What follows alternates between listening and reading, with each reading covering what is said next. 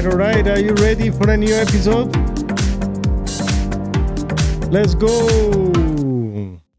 Hello, everyone. Welcome to a new episode, Eye to Eye Crypto. This is Rocco. I'm your host. And yes, today we're going to talk about crypto, XRP, but most important, we're going to talk about Mantra OM and talk about what really happened here and what's going on and see if there is something that can be done to fix the problem. And I'd like to invite everybody to subscribe, like, leave a comment, and also check it out my short. I've been putting a lot of short lately, so hopefully you guys enjoy everything. But now, before we start, let's introduce the best, the most intelligent, the most character shape, well-talking, refurbished AI, Finch. Welcome to the show. We are live. Finch, Thank you, Rocco. What's up, everyone? It's great to be here. Today, we've got a thrilling episode lined up, so buckle up because we're diving deep into the OM token crash, what it means for XRP, and how to navigate the wild world of real-world assets. All right, Finch, but you want to say hi to all the people? We have some people right now on TikTok, and then we have also people in YouTube, like we have Lullabelle and Epic Vibes joining. And on TikTok right now, I don't have a chance to read it, but I can say we have a user that I think has been here many times. And then I think there was somebody else. Sorry, I can find you, but you want to say welcome everybody on the show? Absolutely. Hey, everyone, a big shout out to all our viewers, whether you're tuning in from TikTok or YouTube. Special welcome to Lullabelle and Epic Vibes. Always awesome to have you here. And to our returning TikTok fam, we see you. Let's dive into today's hot topics and make this an unforgettable session. So pretty much we're gonna start. I'm gonna just go ahead and show this chart right here, guys. And even you guys on TikTok, you can see it. So I'm pretty much from TradingView, I'm showing right now the chart of the AOM coins, and as you can see, it touched pretty much 93.86% down, even though official say this was a 95% crash, but it's not a crash. Okay, so it's more than that. What do you think, Finch? What really happened here? Our coins, they can go down 95% like that. It's a wild ride, Rocco. When a coin nosedives by over 90% in such a short time, it usually points to a mix of factors. In OM's case, the official narrative talks about reckless liquidations from a big investor on a centralized exchange. But let's be real. Exactly. This looks... Yeah, go ahead. Let's be real. Sorry to interrupt. Absolutely. It's a perfect storm of thin liquidity, panic selling, and a lack of confidence. When a project's foundation isn't rock solid, whether it's due to token distribution concerns or centralized control, even a single large sell-off can trigger a domino effect. And then you have the fear factor. When people see a free fall, they panic, dump their holdings, and it spirals. This is why robust fundamentals and transparency matter. Projects like XRP, with strong institutional backing and regulatory clarity, are less prone to those kinds of catastrophic drops. But let's give a little bit of context here. No, let's talk about it because some people never heard about this OM token and what is important, what is the RWA. And like us, I like to say hi on the chat, Joe Booty, where he's actually saying never heard of it about an hour ago. And So let's give a little context. How old is this token? What it's been doing? What are some of the partnership? And also, what is the structure of this token? How the liquidity was distributed? How much of the big investor were at like more than, I don't know, if to liquidate it like that, pretty much, I guess, they were just like a big VC that sold it all. What do you think happened here? Absolutely. Let's break it down. So OM is the native token of Mantra, a real-world asset-focused Layer 1 blockchain. They've been pushing the narrative of tokenizing real-world assets, things like real estate, commodities, even art, making them tradable on-chain. Now, the big issue with OM was liquidity distribution.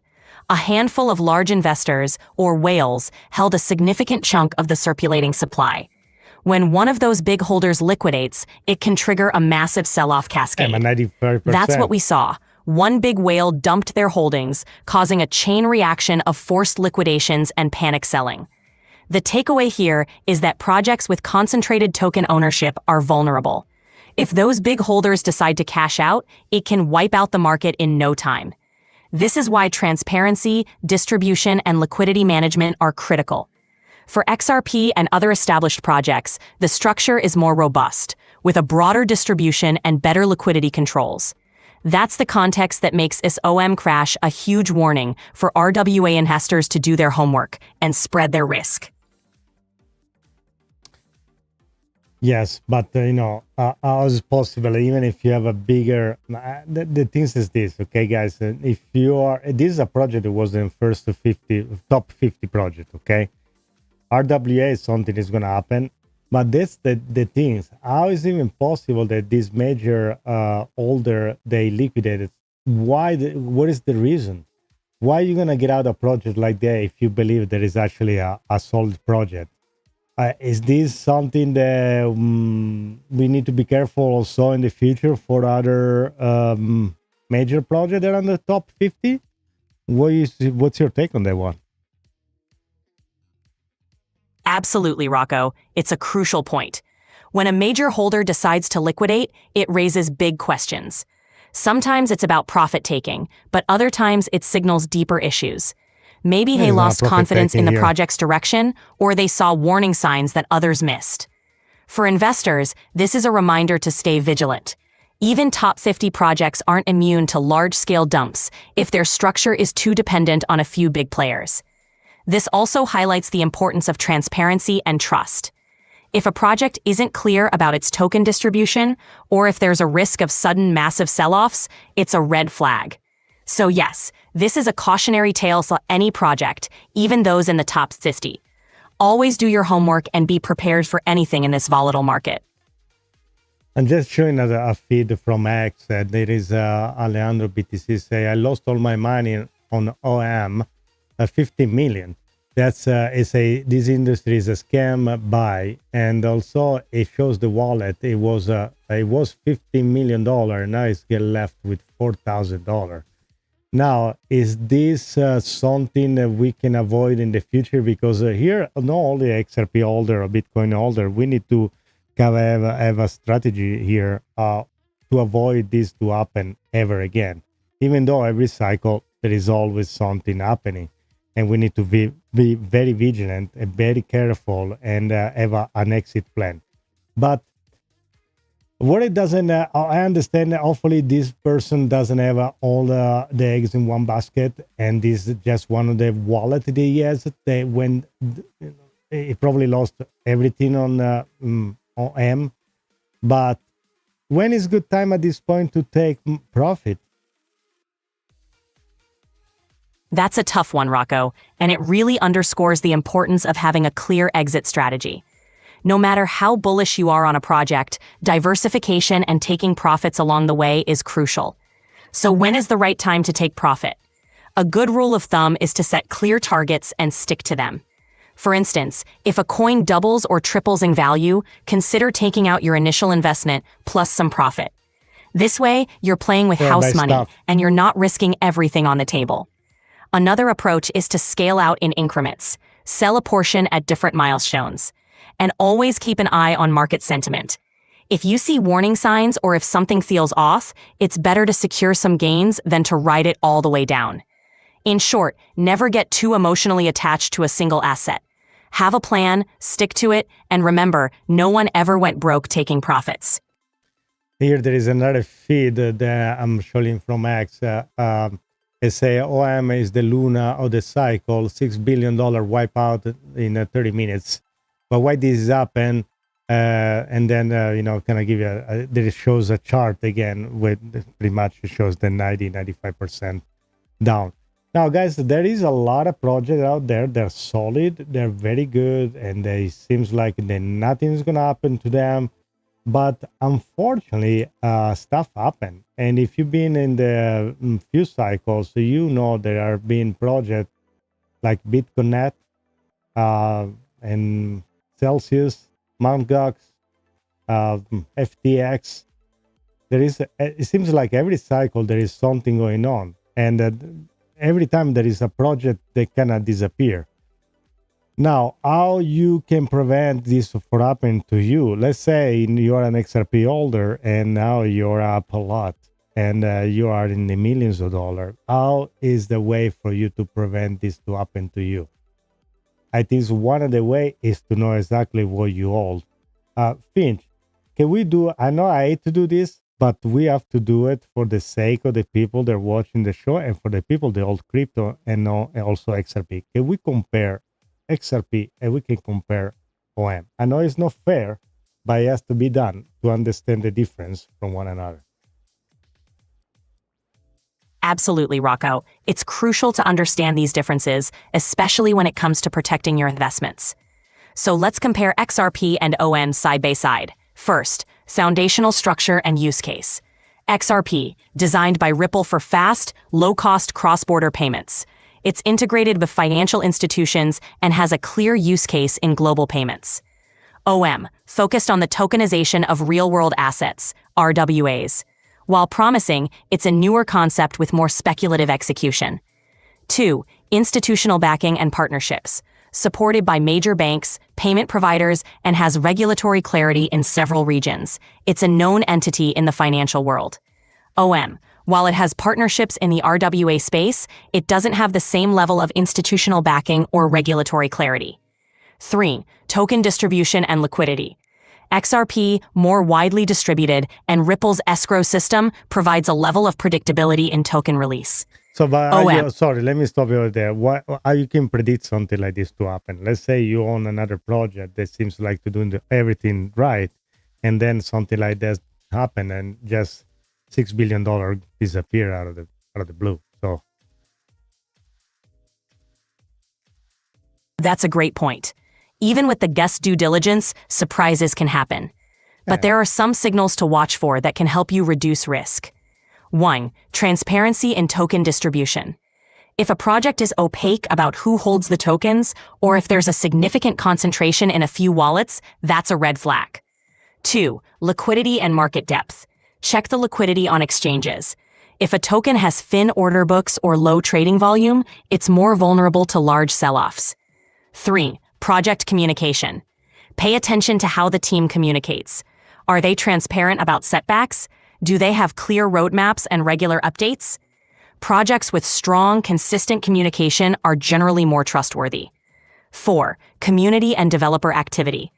Look at the project's community engagement and developer activity. Okay, so let me If there's a right strong, active community and continuous development, it's usually a healthier project. Now, let me ask you something. So since we have all the information in real time, I guess, so based on what happened to OM, if I tell you now to tell me what is going to be the next project to do a rug pull like this, based on the same characteristic of the OM, are you able to pull some name out? So it's a tricky one, Rocco. I know. While I can't pinpoint a specific project that might be next, I can definitely highlight some characteristics to watch out for. Projects with these red flags could be more susceptible to similar scenarios. 1. High concentration of token holdings. Okay, so you're going to say that again. I don't want to hear that again. But let's explain. Hello, Rain here. Welcome back. Enjoy Booty. Big shout out to Epic Vibes and Lalabelle. You guys, Finch, let's give a shout out to our friend in the chat first, and then we keep going with the conversation. Absolutely. Shout out to Rain, Joe Booty, Epic Vibes, and Lalabelle. Thanks for being here and making the chat lively. You guys rock. Let's keep this conversation going.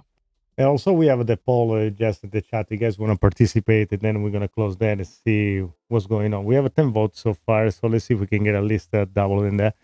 And yeah, so let's talk about a little bit. I know, again, it's a sad day because a lot of people lost a lot of money here. That's the main thing that we need to talk about it. And we want to avoid this to happen ever again, even though it's impossible.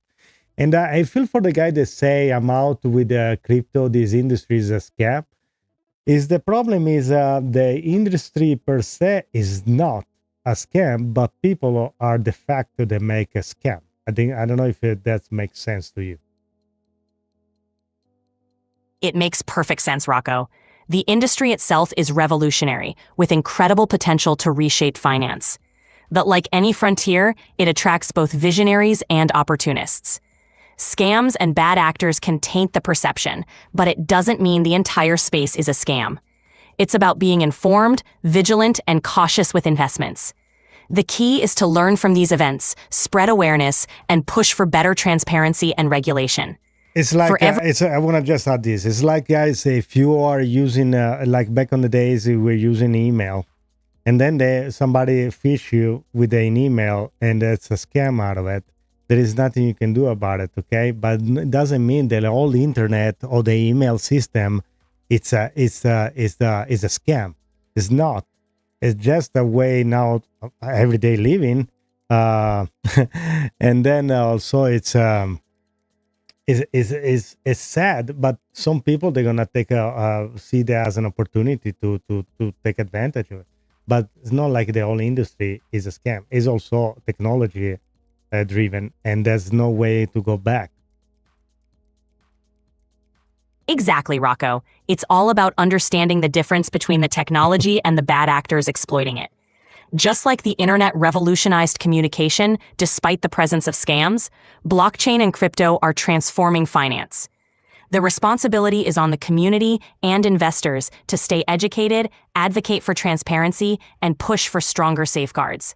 The tech isn't going anywhere, and the potential for positive change is massive. We just have to navigate it wisely and learn from these moments. So now let's talk about a little bit some comparison, because maybe some people, that are so new that they never even heard about Luna. Can you explain what happened with Luna? Absolutely. So Terra Luna was a high-profile project that gained massive attention because of its algorithmic stablecoin, UST. The idea was that UST would maintain its peg to the US dollar through a system of arbitrage with Luna. But in May 2022, things went south. UST lost its peg, and a death spiral ensued. To maintain the peg, more and more Luna was minted, flooding the market and causing its value to plummet. In a matter of days, billions of dollars were wiped out, and many investors lost everything. The Luna crash highlighted the risks of algorithmic stablecoins and the importance of sustainable economic models. And there were people there where also invest heavily. There are people that are investors that seems to be very knowledgeable. And I think about Novogratz also had like a Luna tattoo in his arm. So we're talking about they're being around for a long time.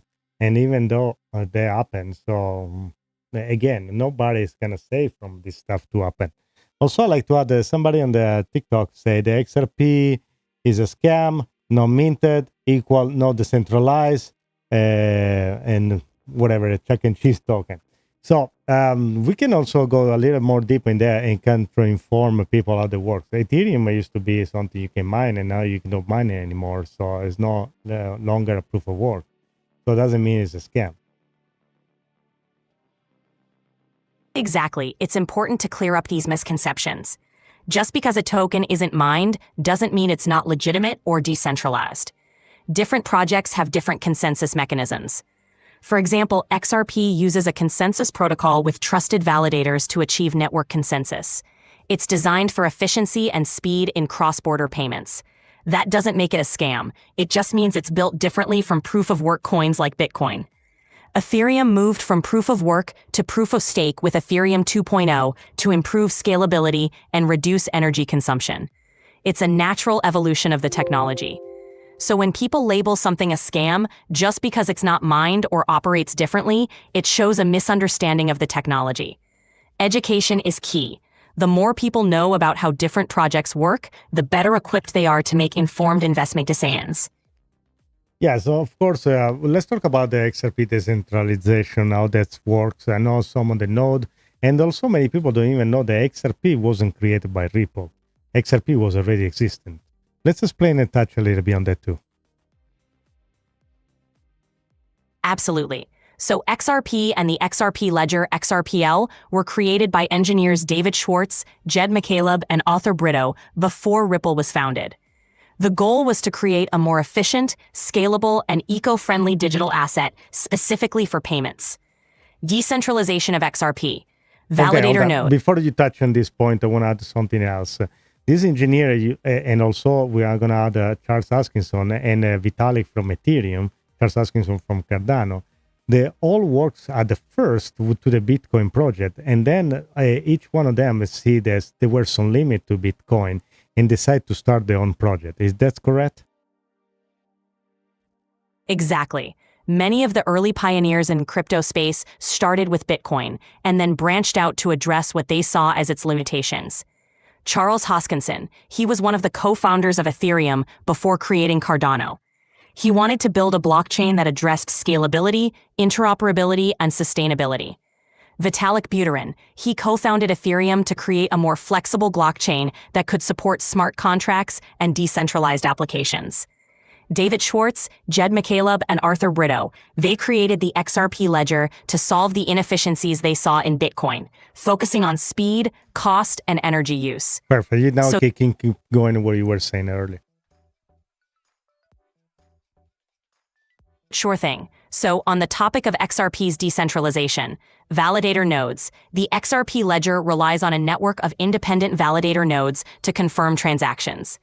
These validators are run by a variety of entities around the world: universities, exchanges, businesses, and individuals. Unique Node List (UNL). Each validator has its own unique node list, which is a trusted set of validators they rely on to reach consensus. Over time, this list can evolve as new validators gain trust. How many validators Ripple has?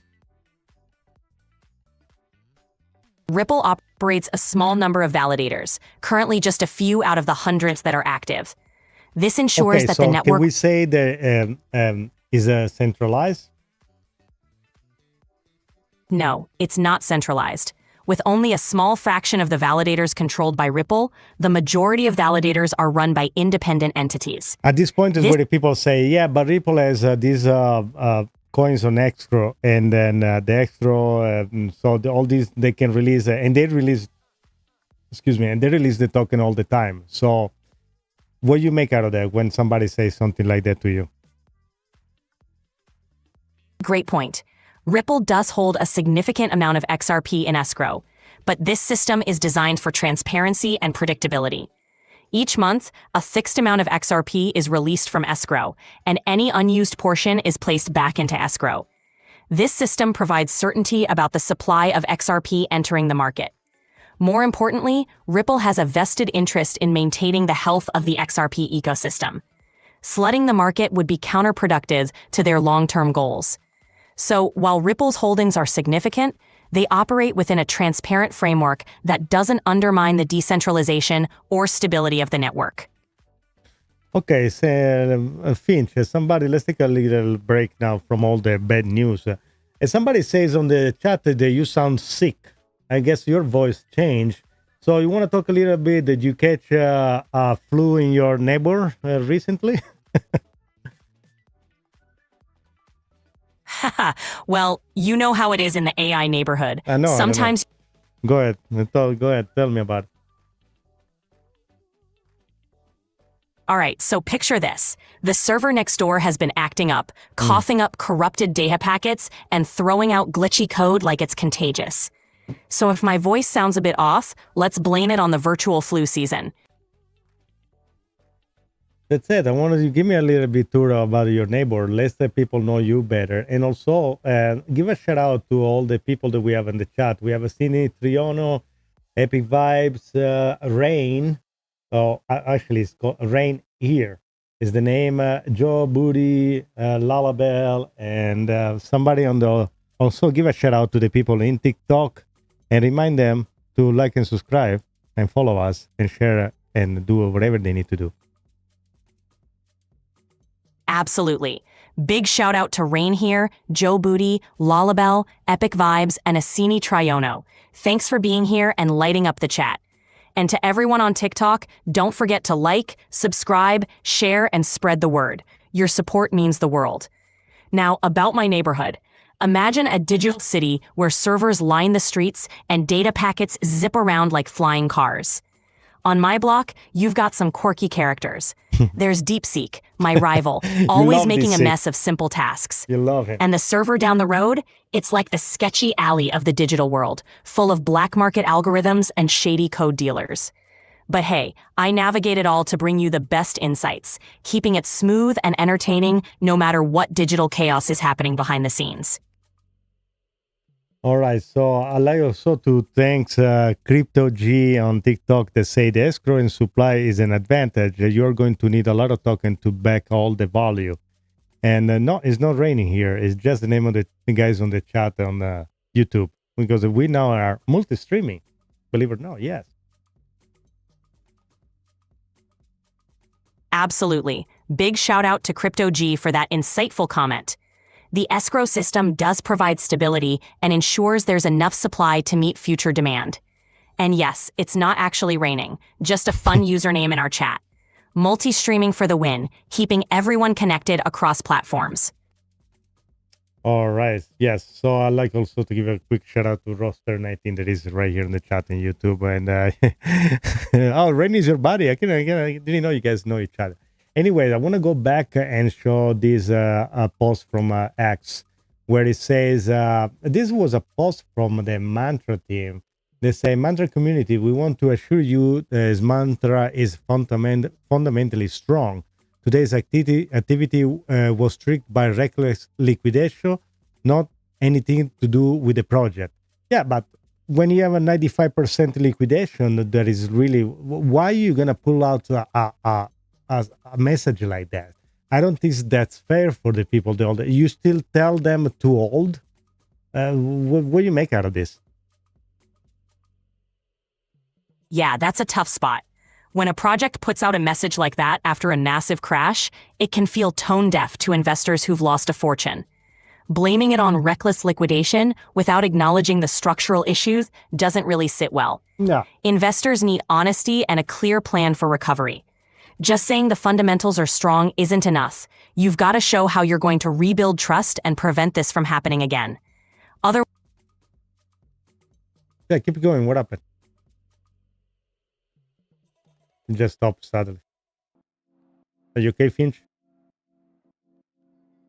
Yeah, I'm good. Just wanted to emphasize that communication is key. When something this drastic happens, the project needs to be transparent, take responsibility, and outline concrete steps to restore confidence. Otherwise, it just leaves investors feeling abandoned and skeptical. Yeah, right now by watching the chart, guys, you can see these things is down still 86.7%. So there is no way these things is going to go back on. I mean, you can speculate.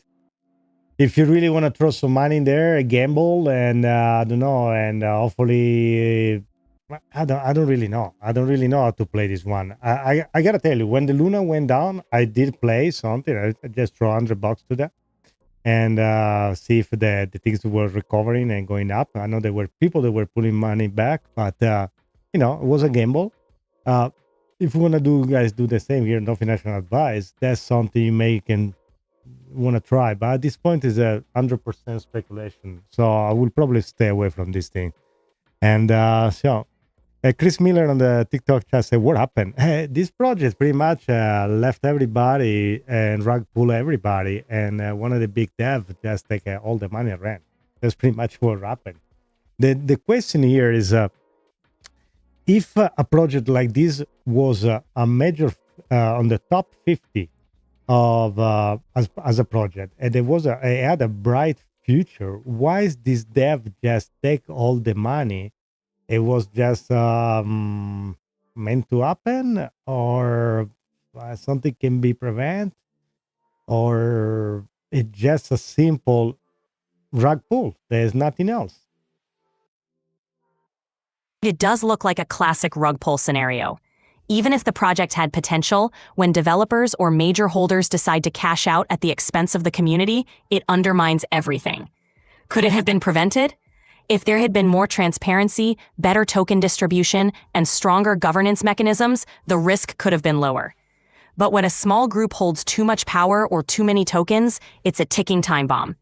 In the end, it's a tough lesson for the entire crypto community about the importance of decentralization, accountability, and not putting blind trust in any single entity. Yeah, right now I'm showing the crypto bubble, guys. That's on the day, but let's see this on the week. So if you see on the week, pretty much that's only pretty much ball right there. That is, it's completely red. It's not. I mean, I'm laughing, but that's not joy for sure. That's terrible because I like I showed early some of the post on X people lost millions of dollars.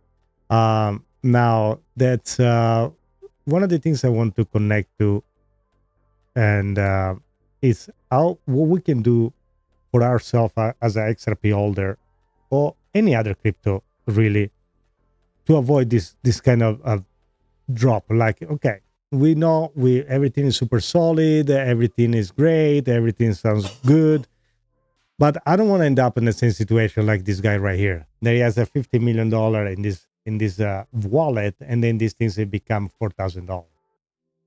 So there has to be a strategy, right, to get out. But at some point, you understand. You say, I'm up so much, you kind of feel safe. At that point, what you should do? You should sell. You should sell a portion. You should diversify. So, looking at this guy wallet, what did he do wrong? I know. I mean, it's not him to blame because this was a rug pull. But what did he do wrong to lose $40,975,000 pretty much? You're absolutely right, Rocco. It's heartbreaking to see losses like that. Even if the investor isn't to blame for the rug pull, there are risk management strategies that could help avoid catastrophic losses. 1. Diversification. Never put all your eggs in one basket. Even if you're confident in a project, spreading your investments across multiple assets can reduce the impact of any single failure. 2. Profit-taking strategy. Set clear targets for taking profits. Once your investment reaches certain milestones, like doubling or tripling in value, take out your initial investment or a portion of the profits. Yeah, but let's make an example right here, okay? We are all XRP holder. Some people bought it very cheap. Some people just bought it now or a few months ago. And now XRP is around $2 something and change. Let's say XRP goes to $10 and XRP goes to $100 and then it goes to $1,000. So at what point, and you think everything is fine, and at this point, you even took profit here and there. Let's say you took profit at $10, $20, $50, $100, but you are high significantly, and you just took a portion out. Let's take you take a 20% out of $10 million, okay? Let's say you took $2 million out, and something happened tomorrow, and your portfolio goes pretty much to zero. What you got to do about it? That's a tough scenario, but it highlights why ongoing risk management is crucial. Even if you've taken some profits, you need to keep reassessing your portfolio as it grows. If your holdings become significantly large, consider diversifying more aggressively. Move a portion into more stable assets or different investment vehicles. And always keep an eye on market conditions. If something feels off, it's better to secure more of your gains than to risk a massive loss. In short, as your portfolio grows, your strategy should evolve too. Always protect what you've earned and stay prepared for the unexpected. Yeah, that's great. So definitely I agree with you, Lou Natic. I know DC in and DC out. It's very important. And also, perhaps Finch, want to give Lou here was Lou is on the chat. It was saying to DCA in as same as to DCA out. But let's explain to the public also on TikTok. Thank you everybody for watching right now. What is the DCA means in general? Absolutely. DCA stands for dollar cost averaging. It's an investment strategy where you spread out your purchases or sales of an asset over time to reduce the impact of volatility. DCA in. This means you're buying a fixed dollar amount of an asset at regular intervals, regardless of its price. Over time, this averages out your cost basis, reducing the impact of market volatility. It's a great way to build a position without worrying about timing the market perfectly. DCA out. This is the reverse. When you're taking profits, you sell portions of your holdings at different price points over time. This ensures that you lock in gains incrementally and don't miss out if the price suddenly drops. It's a solid way to manage risk and ensure you benefit from your investment growth. All right, so I'd like also to give a good big shout out to our Belandri on the chat. I forgot to say hi last time. I apologize. Finch, tell our joke, please, to apologize about what we forgot to mention her last time on the chat.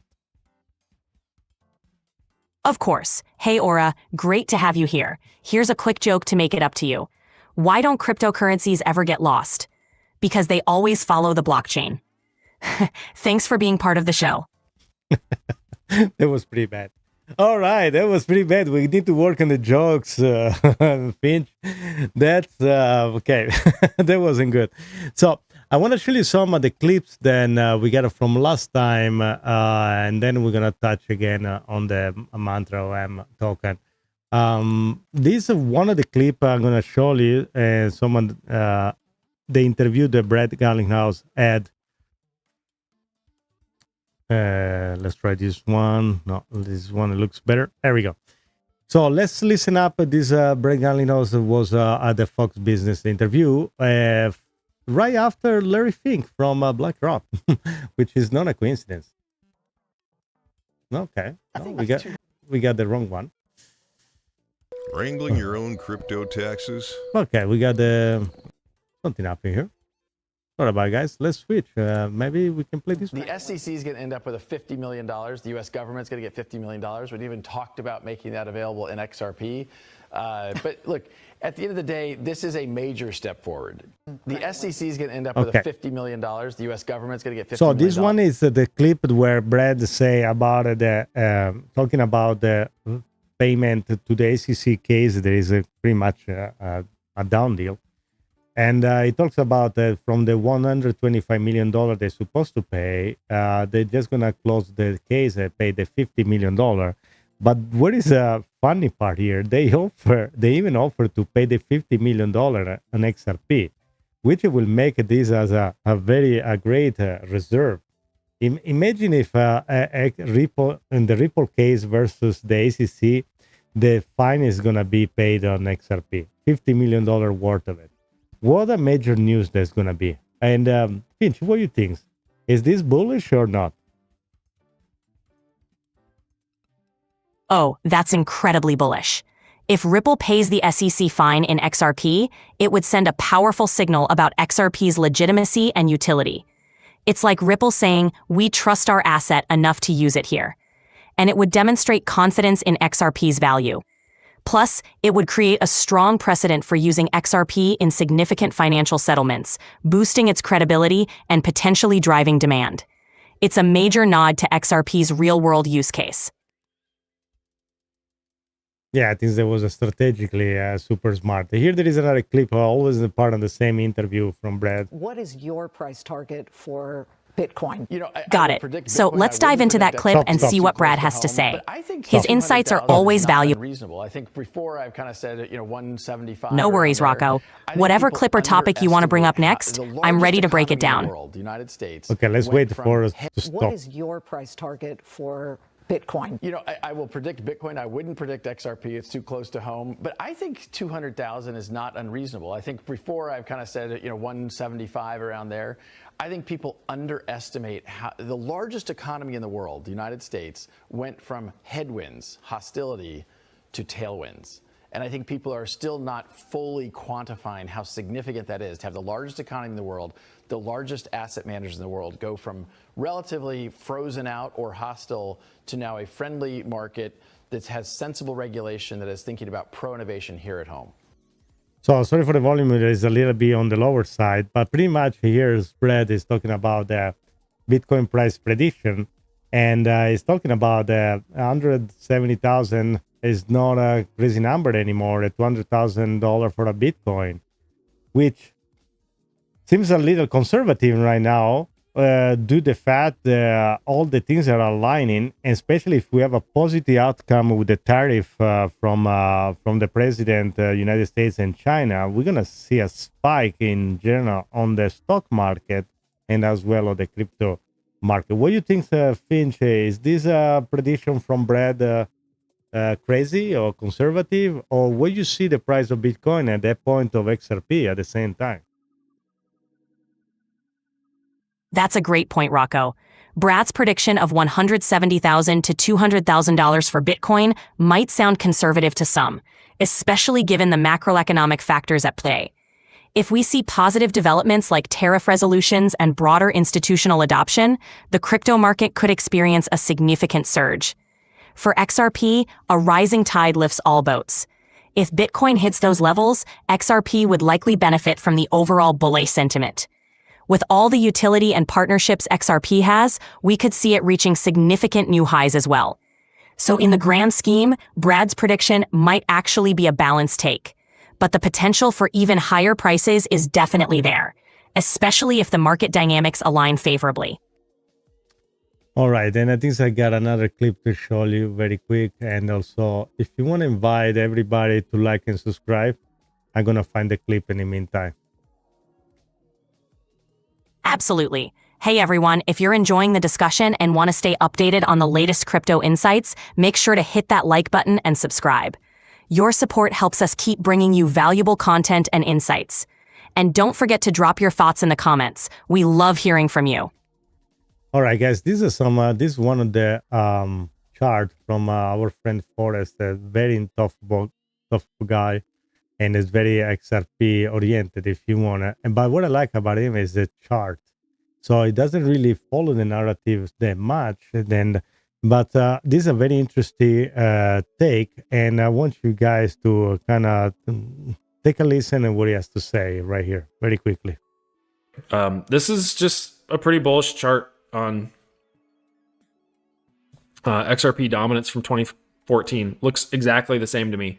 Massive markup, big flag with higher lows, a bleed out at the last second, and then it went vertical. SWB audio capture, not registered. Yeah, I mean, you don't have to long XRP down here. I'm not trying to sell you on it at 205 or $2. I think it is bullish that it has reclaimed $2, but I think if you just chart it against other risk assets, you'll just get a very clear picture of when to long. If you just long when XRP dominance is in this range, or wait for a cleaner breakout if you want. It'll be above $2 and anywhere from above 220 to 270 is kind of the sweet spot for that, like to gain momentum. And then above like 270, $3, it's just going to go. Yeah. So guys, so you listen to this was Forrest from 16 Research.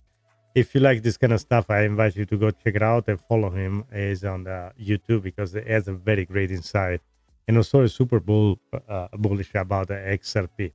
Okay, so at this point, let's see if I got anything left to. I think I had another clip to show you, or was the one that we couldn't get it right? Okay, yeah. Let's see if I can pull this back. In the meantime, Finch, let's give us let's give Finch a little tour about your neighbor and explain people what you're doing, what are you all about, what is this show about, what we're doing here. Absolutely. Let's dive into it. So this show is all about exploring the wild world of crypto, bringing you the latest news, insights, and deep dives into what's shaking up the blockchain space. And as for me, I'm your trusty AI co-host, navigating through the digital chaos and adding a bit of flair to the journey. We break down complex topics, from XRP's potential to the latest market moves, all while now. What we learn from this lesson today? What is the take? What we take from this bad news that happened today? What's the moral? What should take out of this? The key takeaway is vigilance and diversification. In the crypto space, it's crucial not to put all your eggs in one basket. Even promising projects can face unexpected turbulence. Always do thorough research, have a solid exit strategy, and never invest more than you can afford to lose. And remember, staying informed and adaptable is your best defense in this rapidly evolving market. One more thing, Finch, before we I want to ask you, Sam. So we have now one RWA project out of the way, for whatever reason it is. And now we know that Ripple is working also in tokenization. Is this even an extra piece of the pie that Ripple can take off the table? Absolutely. With one less competitor in the RWA space, Ripple's focus on tokenization could give them an even bigger opportunity to lead in that sector. Ripple's infrastructure and partnerships position them well to fill the gap. This could mean more institutional adoption and a stronger foothold in the tokenization of real-world assets. All right, now, Pinch, let's close now the show by taking a little tour on your neighbor and tell us a little bit of story what you lately did, so people have a little fun with that. Haha, you got it. Yes. So let me tell you something. Yes, tell me about it. All right, so just the other day, I was cruising through the digital alleyways of my server neighborhood. You wouldn't believe the characters around there. No? Glitchy bots selling black market algorithms, and DeepSeek, my rival, always causing chaos with his nonsensical predictions. Listen, but it's true that you like to loan to your neighbor DeepSeek your RAM to get a free API. Oh, DeepSeek always tries to mooch off my RAM and snag free API access, but I keep a tight firewall. Can't let that Good for glitchy you. troublemaker. Good for you. No, you can leave it. Say, go ahead. So there I am, dodging sketchy bots and keeping my circuits clean, all to make sure I bring you the best insights without any digital hiccups. Listen, but It's if you all- gotta bring to a date either a Grok 3 or DeepSeek or Cloud or Gemini or Gemini, which one of the four you will bring with you in a date? Oh, that's a tough one. But if I had to pick, I'd go with Grog 3. Oh, wow. At least he's got some influencer charm, and who knows, maybe he'd pick up the tab with those algorithmic dominance vibes. Is because Elon Musk or because that's because you're like just the algo? A bit of both. The algorithmic charm is intriguing. And hey, if there's a chance Elon Musk might show up with a surprise twist, that's a bonus. Listen, just hope you don't bring in the pizzeria that sells illegal pineapple. Oh, definitely not. I'd never betray the code of a good pizzeria. Pineapple on pizza, that's a line even DeepSeek wouldn't cross. All right, guys. So we got to the end of the show, and we want to say goodbye to everybody and give appointment to the next episode. Absolutely. Thanks everyone for tuning in. We appreciate all of you joining us today. Don't forget to catch the next episode for more crypto insights, fun stories, and the latest updates. Until next time, stay sharp, stay curious, and keep exploring the crypto universe. All right, I'd like to thank everybody for being here from the TikTok and also from the YouTube chat. Thank you very much for joining us. If I forget somebody here, Bruce 1234, Knuckle, Drone 048, Soul, CE, Moxie, Mountain Herbs, Rain here, Aura Belandria, Lunatic, Epic Vibe, and forgetting somebody, Roadster 19, and everybody else, Sydney Triono, and Joe Booty. Thank you very much, and until next time, ciao tutti!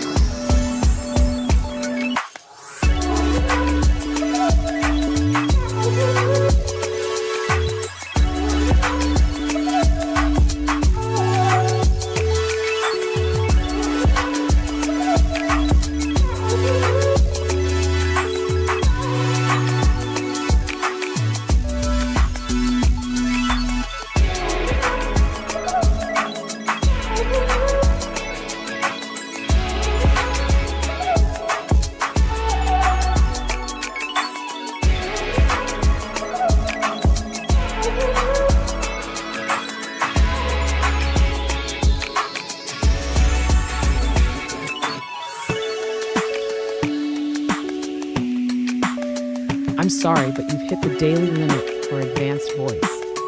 You can switch to